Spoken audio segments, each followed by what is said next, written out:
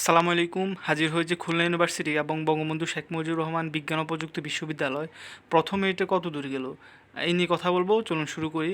ফার্স্টে যদি খুলনা ইউনিভার্সিটির কথা বলি, খুলনা ইউনিভার্সিটি সিএসসি, তারপরে ইলেকট্রনিক্স অ্যান্ড কমিউনিকেশন ইঞ্জিনিয়ারিং, এগুলো 1500 থেকে 2000 পর্যন্ত গিয়েছে। তার ফার্মাসির কথা যদি বলি, এটা 1000 থেকে 1200 পর্যন্ত যেতে পারে। তারপর কেমিস্ট্রির কথা যদি বলি, এটা 3000 থেকে 3500 পর্যন্ত গেছে। তারপর ফিজিক্স 4 থেকে 5000। তারপর ম্যাথ স্ট্যাটিস্টিক্স এগুলো 6000 পর্যন্ত গিয়েছে। 6000 6500 হতে পারে।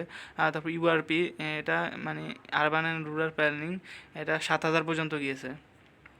হ্যাঁ, তারপর যদি লাইফ সায়েন্সের সাবজেক্ট ফরেস্ট্রি নিয়ে কথা বলি, এটা 3300 পর্যন্ত গিয়েছে। তারপর ফিশারিজ হচ্ছে 2700 পর্যন্ত যেতে পারে। তারপর বায়োটেকনোলজি অ্যান্ড জেনেটিক ইঞ্জিনিয়ারিং, এটা 2000 পর্যন্ত গিয়েছে। অ্যাগ্রো টেকনোলজি 2500 পর্যন্ত গিয়েছে। তারপর যদি এনভায়রনমেন্টাল সায়েন্সের কথা বলি, এটা 4500 থেকে 5500 পর্যন্ত গিয়েছে। তারপর সয়েল ওয়াটার অ্যান্ড এনভায়রনমেন্ট, এটা 5,500 থেকে 6000 পর্যন্ত গিয়েছে। তারপর যদি বি ইউনিটের কথা বলি, বি ইউনিটে ইংলিশ, ইকোনমিক্স এগুলো 1500 পর্যন্ত গিয়েছে। তারপর ল 1000 পর্যন্ত গিয়েছে। তারপর এডুকেশন, এটা 2500 পর্যন্ত গিয়েছে। তারপর যদি development studies, mass communication, journalism, sociology নিয়ে কথা বলি, এগুলো 1700 থেকে 1800 পজিশন পর্যন্ত গিয়েছে। তারপর যদি সি ইউনিটের কথা বলি, বিজনেস অ্যাডমিনিস্ট্রেশন ধরা যায় যে 400 পর্যন্ত গিয়েছে। তারপর হিউম্যান রিসোর্স ম্যানেজমেন্ট 800 পর্যন্ত গিয়েছে। এখানে যে তথ্যগুলো সংগ্রহ করা, এগুলো 100% সঠিক নয়, এটা 90% কারেক্ট আশা করি। বিভিন্ন ফেসবুক গ্রুপ থেকে সংগ্রহ করা হয়েছে।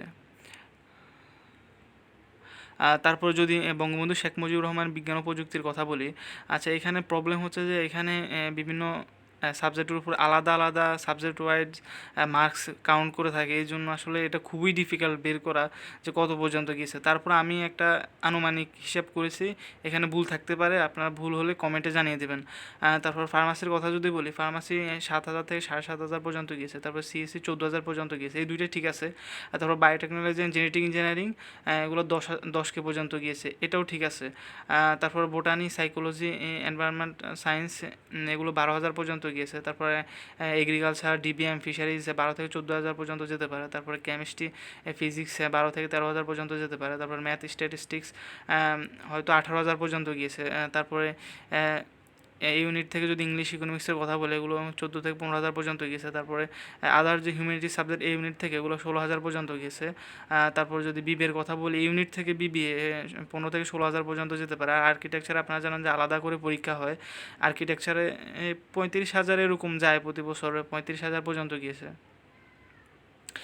তারপর যে হিউম্যানিটিস এবং বিজনেস স্টাডিজ নিয়ে কথা বলি, এখানে অ্যাকাউন্টিং 3500 থেকে 3600 পর্যন্ত গেছে। ফিনান্স অ্যান্ড ব্যাঙ্কিং 3600 থেকে 3800 পর্যন্ত গেছে। তারপর ম্যানেজমেন্ট এবং মার্কেটিং 4200 থেকে 4600 পর্যন্ত গেছে। এবং ট্যুরিজম অ্যান্ড হসপিটালিটি ম্যানেজমেন্ট 4800 পর্যন্ত যেতে পারে। তারপর ইউনিট থেকে ল 2500 পর্যন্ত গিয়েছে। Public administration Bangla 4000। তারপর পলিটিক্যাল সায়েন্স হচ্ছে 4200।